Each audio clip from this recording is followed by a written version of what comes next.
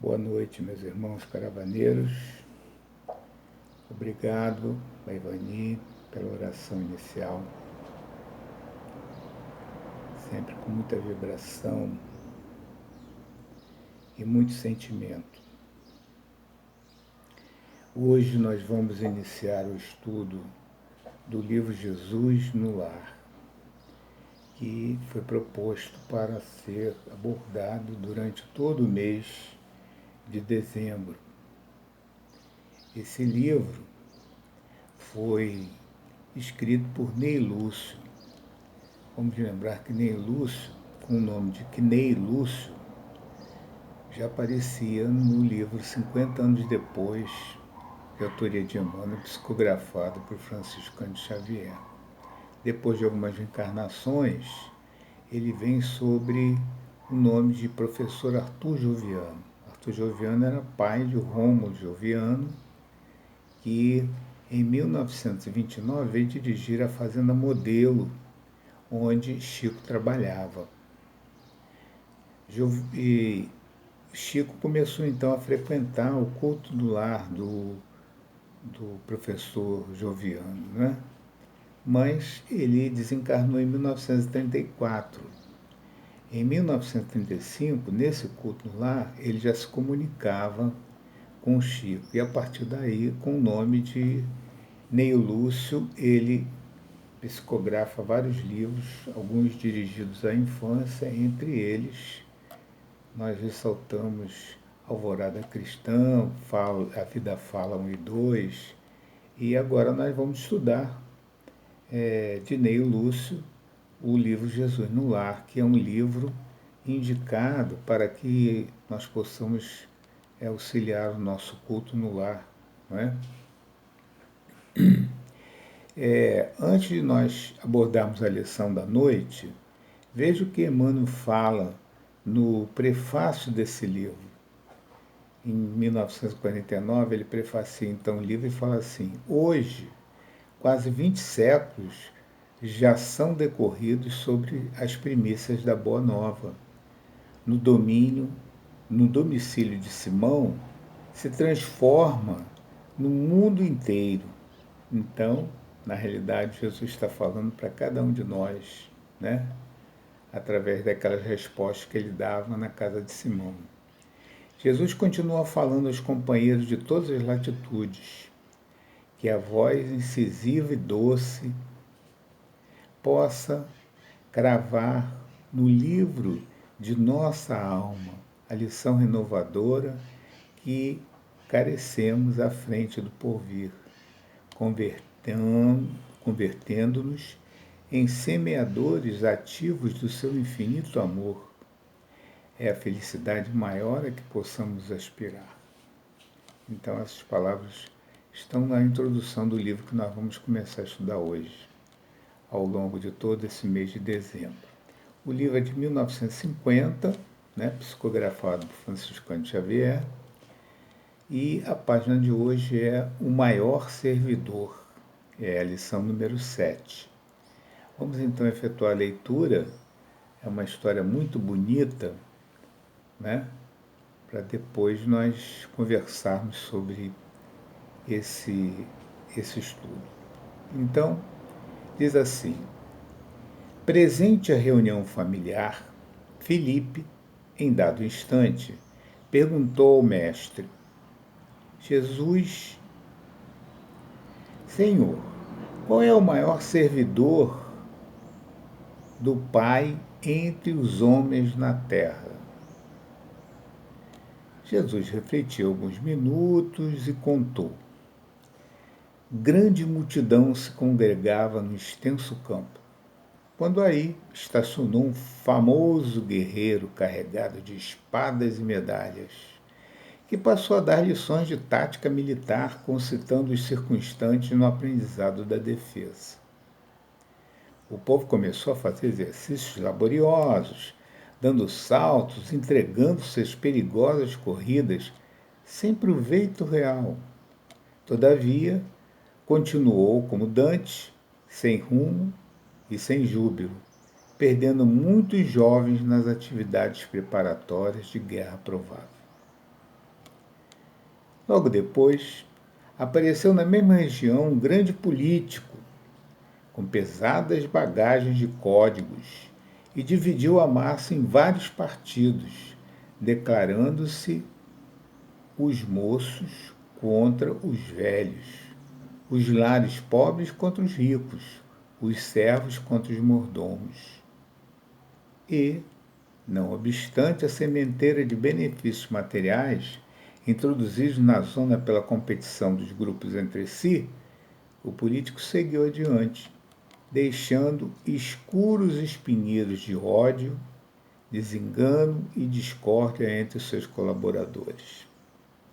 Depois dele, surgiu um filósofo, sobraçando volumosos alfarrábios, e dividiu o povo em variadas escolas de crença que, em breve, propagavam infrutíferas discussões nos círculos de toda a gente. A multidão duvidou de tudo, até mesmo da existência de si própria. A filosofia, sem dúvida, apresentava singulares vantagens, destacando-se a do estímulo ao pensamento, mas as perturbações de que se fazia acompanhar eram mais lastimáveis, legando o filósofo muitas indagações inúteis aos cérebros menos aptos ao esforço de elevação. Em seguida, compareceu um sacerdote, munido de roupagens e símbolos, que forneceu muitas regras de adoração ao Pai. O povo aprendeu a dobrar os joelhos, a lavar-se e a suplicar a proteção divina em horas certas. Entretanto, todos os problemas fundamentais da comunidade permaneceram sem alteração. No extenso domínio não havia diretrizes ao trabalho, nem ânimo consciente, nem valor, nem alegria. A doença e a morte, a necessidade e a ignorância eram fantasmas de toda a gente. Certo dia, porém, apareceu ali um homem simples. Não trazia armas, nem escrituras, nem discussões e nem imagens, mas pelo sorriso espontâneo revelava um coração cheio de boa vontade, guiando as mãos operosas. Não pregava doutrinas espetacularmente, todavia, nos gestos de bondade pura e constante, rendia culto sincero ao Todo-Poderoso. Começou a evidenciar-se, lavrando uma nesga do campo e adornando-a de flores e de frutos preciosos. Conversava com os seus companheiros de luta, aproveitando as horas do ensinamento fraterno e edificante, e transmitia suas experiências a todos os que propusessem ouvi-lo. Aperfeiçoou a madeira, plantou árvores benfeitoras, construiu casas e instalou uma escola modesta.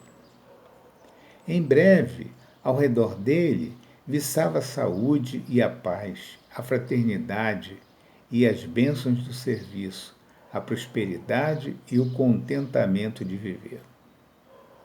Com o espírito de trabalho e educação que ele difundia, a defesa era boa, a política ajudava, a filosofia era preciosa e o sacerdote era útil, porque todas as ações no campo permaneciam agora presididas pelo santo imperativo da execução do dever pessoal no bem de todos.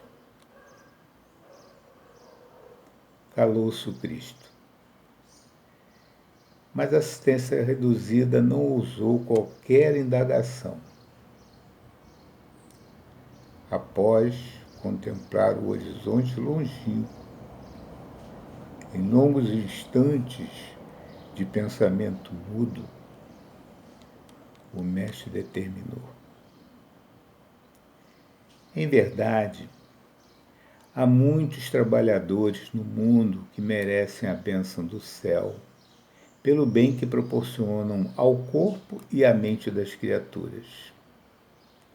Mas aquele que educa o espírito eterno, ensinando e servindo, paira acima de todos. Essa então é a história da noite de hoje. É o evento que ocorreu na casa de Simão e a resposta que deu Jesus a Filipe, né? Essa história é a própria trajetória de Jesus na Terra. Notaram como tem semelhança o que fazia aquele homem simples que chegou àquela comunidade e o que fez Jesus quando ele esteve entre nós? Ele nunca ia dizer que era o maior servidor. Se ele o fizesse, ele não estava errado.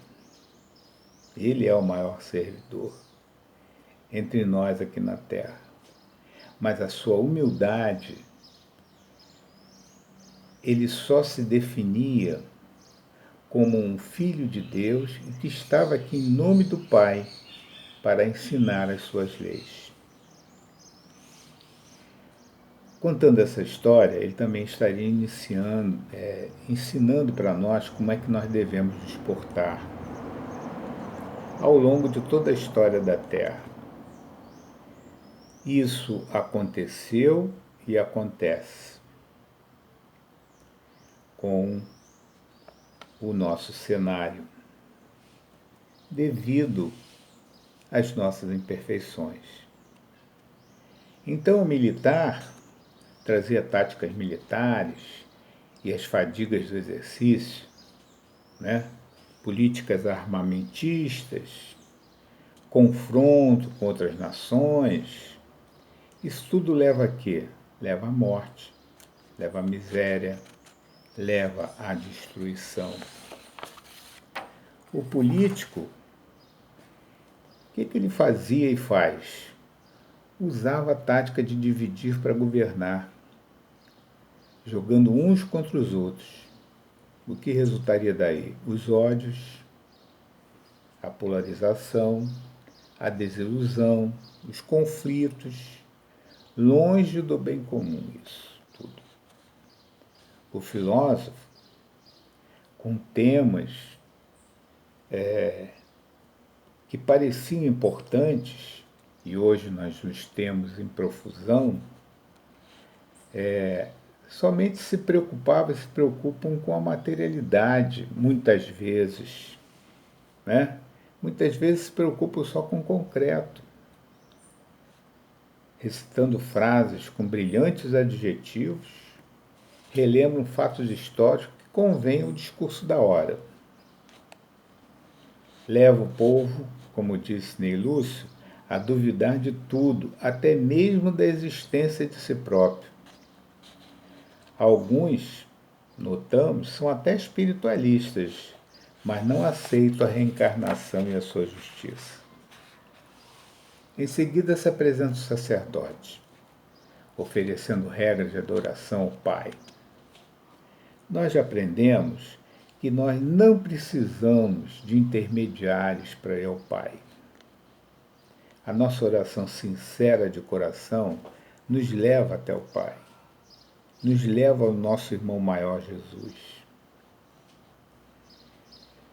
Então, nós notamos que muitas vezes a religião ensina ritos e símbolos e, ao longo de toda a história, como hoje, ela se criminaliza, fazendo comércio de favores divinos. Essa religião marginal se alia à política, no passado e hoje, para aumentar o seu poder. E toda hora, o nome de Deus é usado em vão. Nesse quadro, naquela comunidade, sumiu a alegria, sumiu a saúde, sumiu a educação, sumiu o trabalho digno, sumiu os valores do bem.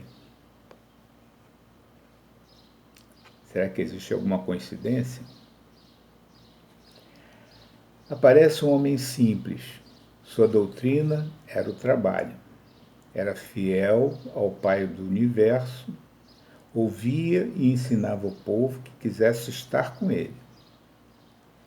Com trabalho e educação, a defesa era boa, a política ajudava, a filosofia era preciosa e o sacerdote era útil. Aí voltou a saúde, voltou a paz, voltou o trabalho, voltou a fraternidade. A base agora era o dever pessoal no bem de todos. Concluiu então Jesus na última frase da história: há muitos trabalhadores no mundo beneficiando a mente e o corpo das criaturas. Na realidade, beneficia só a ferramenta. Beneficia, segundo Joana, o ego. Mas só o que educa o espírito, que é eterno, esse é o maior servidor. Só aquele que educa o self, segundo Joana, ensinando e servindo, esse é o maior servidor. Essa história, que é uma resposta a Felipe, ela nos responde também. Ele também nos responde as nossas perguntas. E ele nos indica a melhor maneira de servir. E nós então entendemos que o primeiro passo é educar-se, porque não pode ensinar quem não aprendeu. E as lições de Jesus não são difíceis de se aprender, né? São histórias assim fáceis de se entender como essa dessa noite. São as parábolas, né? Que envolvem aquelas vivências daqueles pescadores humildes, fácil de toda a população do mundo entender. Notem que aquele servidor já chegou pronto. Mas, se a gente quiser repetir os passos, ou, como nós estudamos nas quartas-feiras, as pegadas, temos que nos preparar. Agora, neste preparo, existe um perigo. O perigo da gente se deslumbrar com os ensinos, sem se preocupar de viver os ensinos. O segundo é que tem que ocorrer essa educação ao mesmo tempo que oferecemos o serviço, o trabalho de autotransformação. Aí, esse exercício, ele não é feito só conosco, ele é feito também com o nosso próximo. Então a gente tem que vencer os nossos próprios obstáculos de orgulho, vaidade, inveja, né? Os nossos obstáculos de prevenção contra os nossos irmãos, de preconceito. Então, vencendo esses obstáculos, nós passamos a viver a solidariedade, a fraternidade, a benevolência, a indulgência, né? Porque ninguém pode progredir isoladamente. Se alguém tem dúvida disso, Livro dos Espíritos, questão 779, Lei do Progresso. Veja como é que Deus estabeleceu o progresso. Uns ajudando os outros, uns sendo ajudados e ajudando outros. Assim como a espiritualidade nos ajuda, nós temos o dever também de distribuir e de semear o que nós aprendemos. Muito bem. Não foi só essa oportunidade que Jesus chamava a atenção dos seus discípulos para com a posição e a vivência de humildade que eles deveriam ter. Joana de Ângeles, no livro Jesus e o Evangelho, ela conta que alguns discípulos que saíram para uma outra cidade para anunciar a vinda do Mestre estavam voltando e nesse caminho de volta estavam discutindo entre eles quem seria o discípulo amado pelo Mestre, o discípulo mais considerado, né?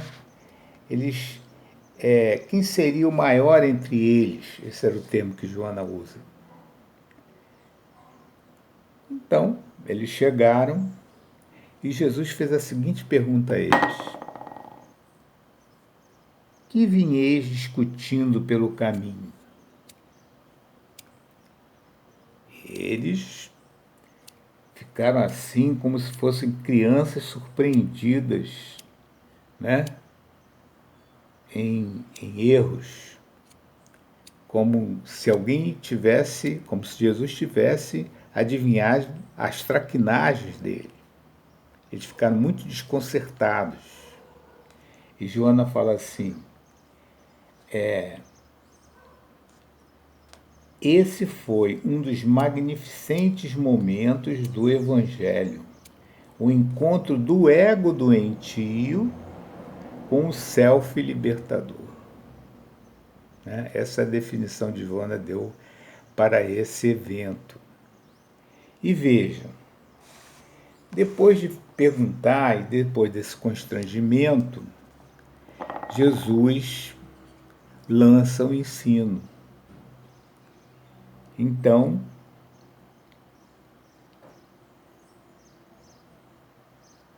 ele vivia intensamente a mensagem que ele ensinava, com palavras e exemplos, silêncios e sacrifícios.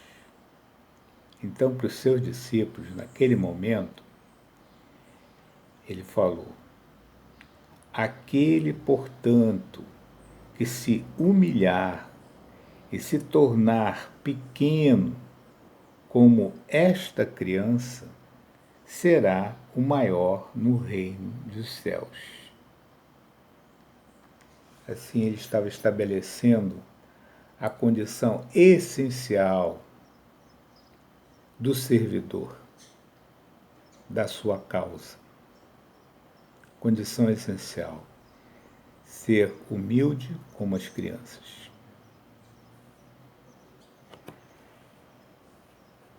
Muito bem, vamos caminhando para os instantes finais da nossa participação nessa noite, nessa conversa sobre essas gotas de luminosidade que Jesus nos trouxe. E vamos convocar Casimiro Cume no livro Coletânea do Além, de 1945, na reflexão chamada Súplica de Natal. E esse poema começa assim: na noite santificada, em maravilhas de luz, sobem preces, cantam vozes, lembrando-te, meu Jesus, entre as doces alegrias de teu Natal, meu Senhor. Volve ao mundo escuro e triste os olhos cheios de amor. Repara conosco a terra, angustiada e ferida, e perdoa, Mestre amado, os erros da nossa vida. Onde puseste a alegria, a paz, a misericórdia, desavam tormentas rudes de iniquidade e discórdia. No lugar onde plantaste as árvores da união, vivem monstros implacáveis de dor e separação. Ao longo de teus caminhos, sublimes e abençoados, surgem trevas pavorosas de abismos escancarados. Ao invés de teus ensinos de caridade e perdão, predomina sobre os homens a sombra, o crime, a opressão. Perdoa, Mestre, aos que vivem, erguendo-te a nova cruz. Dá-nos ainda a bonança de tua divina luz. Desculpa, mundo infeliz, distante das leis do bem. Revela as destruições da humana Jerusalém. Perdão, eu vou repetir essa estrofe. Desculpa o mundo infeliz, distante das leis do bem. Releva as destruições da humana Jerusalém. Se a inteligência dos homens claudicou e recaiu, a tua paz não mudou, o teu amor não dormiu. Por isso, ó Pastor Divino, nos júbilos do Natal, saudamos a tua estrela de vida excelsa e imortal. Que o mundo te guarde a lei pela fé que nos conduz, das sombras de nossa vida ao reino de tua luz. Desculpe a nossa falha na leitura aqui desse lindo poema de Casimiro Cunha. Vamos caminhando para os instantes finais e vamos fechar os nossos olhos e fazer a nossa oração, pedindo a Jesus forças e agradecendo tudo que já recebemos até o dia de hoje. Oremos. Senhor Jesus, na qualidade de necessitados, pedimos, sustente nossos propósitos de aprender com a tua humildade, de viver como irmãos que se amam, de aproveitar o agora para nos vencer e de servir da melhor forma. Envolve, Senhor, na tua misericórdia, no teu carinho, os enfermos e seus cuidadores, materiais e espirituais. Envolve os desvalidos, os asilados, os refugiados.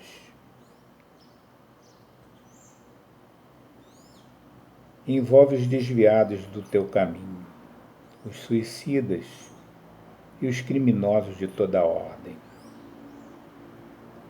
Envolve, Senhor, os irmãos que já transferiram-se para a vida maior, em particular o nosso irmão Eduardo, e todos aqueles que estão em nossas mentes. Agora, Senhor, na qualidade de devedores, agradecemos essas lições do Consolador que tu és, o pão, o trabalho, a proteção dos amigos materiais e espirituais dessa casa e de todas as denominações onde se respeita o teu roteiro. Gratidão pela sustentação que deles nunca falta. Obrigado, Conselheiro. Obrigado, Jesus. Obrigado, Pai Amantíssimo. Que assim seja. Eu queria desejar a todos um excelente Natal, com muita paz, e que nós nunca possamos esquecer a manjedoura, que foi a primeira manifestação de Jesus na terra de humildade, que é aquele casal, Maria e José, e ele nos ofertaram. Que continuemos com a paz do Mestre e que todos tenham uma boa noite.